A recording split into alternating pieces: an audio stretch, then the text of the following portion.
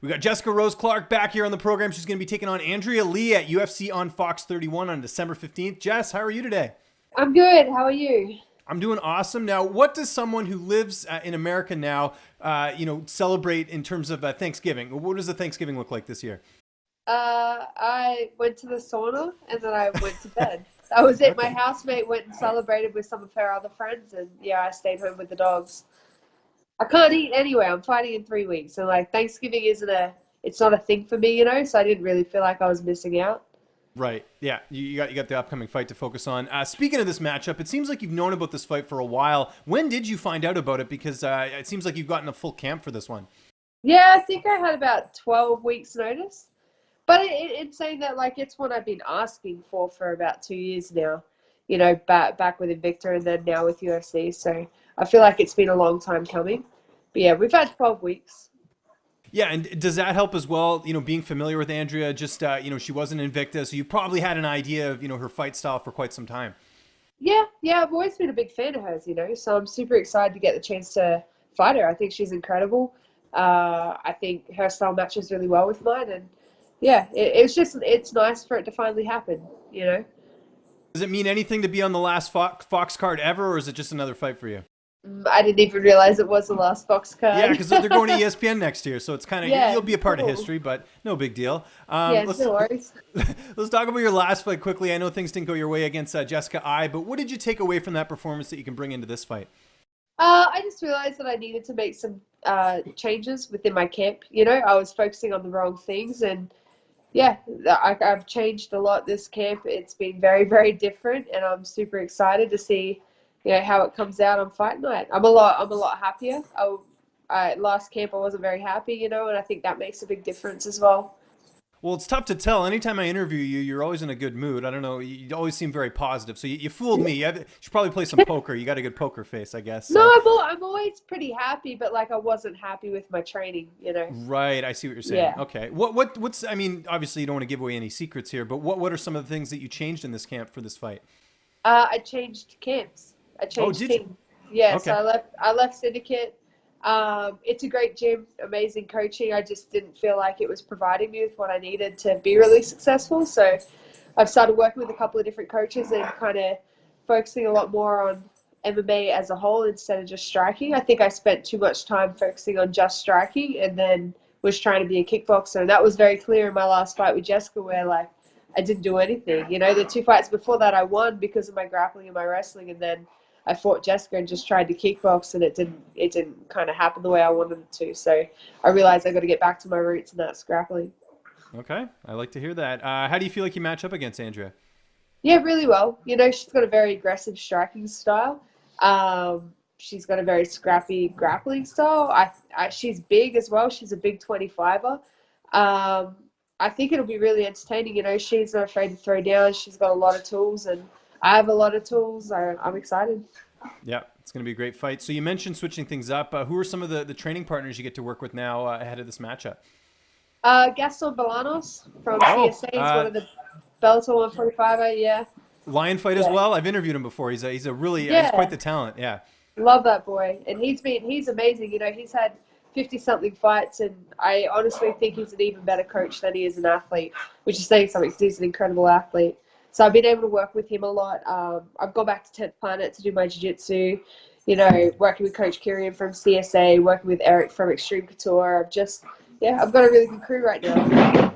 Okay, that's Sorry, my awesome. dogs are my I was dogs are gonna going say I nuts. hope I didn't get you in the middle of an earthquake. Hey, Glad shush! to see glad to see you're okay. Going crazy. What's your dog's name again? I forgot about that. I have two. I have Blue and I have Dog. Blue and Dog? Well, you'll Blue never and forget Dog. those names, that's for Yeah. sure. So. And we're dog sitting. We're dog sitting one of my friend's dogs at the moment, so they're all they've been a bit crazy the last few days. No worries. They're just excited about this interview. I get it. It makes Yeah, sense. yeah, that's it. They're Uh, excited because they've been locked outside all day, and I finally let them back in. I see. Okay, I gotcha. We talked about Thanksgiving. How about the weight cut? How's all that going ahead of this matchup? Yeah, good. Actually, I started this camp a lot lighter than I've started the last couple. So that's been really nice. 125 is still really new for me. I used to always fight at 35, so this is my fourth attempt at 125.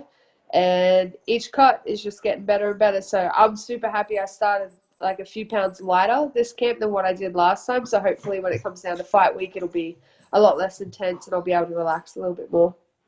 And who's going to be in your corner for this fight?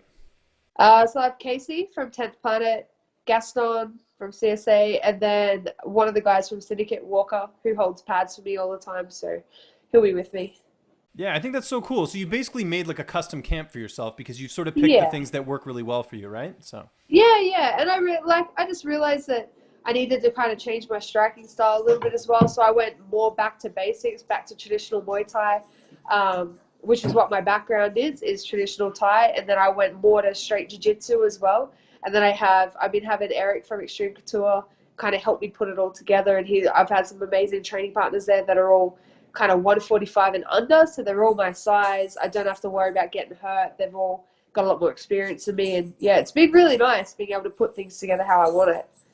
Yeah, I got to mention this as a Canadian. Are you training with any of the Canadians over there? There's Sarah Morris, and I know Jeremy Kennedy just got there the other day.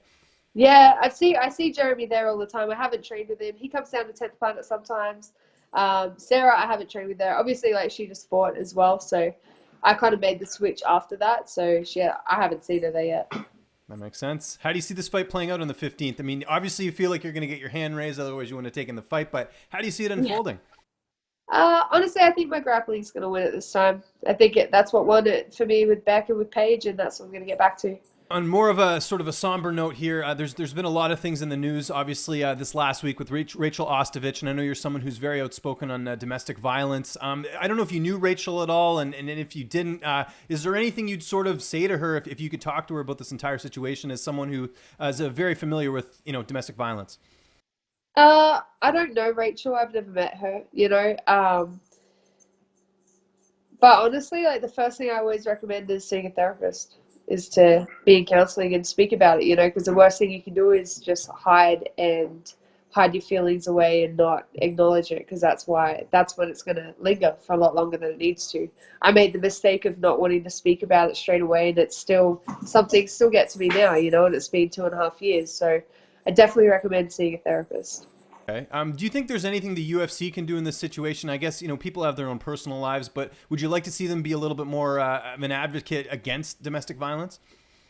Honestly, when they're supporting people like Greg Hardy, who has been convicted, or I don't know if he's convicted, but accused of domestic violence, like, they're never going to do anything to support us. No matter what they say, their actions have spoken louder than anything that they can say. So I would like to see him support a little bit, support the victims a little bit more instead of supporting the perpetrators. But money's money, Yeah, well, I was going to ask you about that because I was going to bring up Greg because he is currently in the USADA testing pool. I don't know if you're aware of that, and he's Yes. fighting on that Island Fights card next month, which is going to be on UFC Fight Pass. I mean, just your reaction to that. I understand everyone makes mistakes and everyone has, people have things in their past that they're not proud of.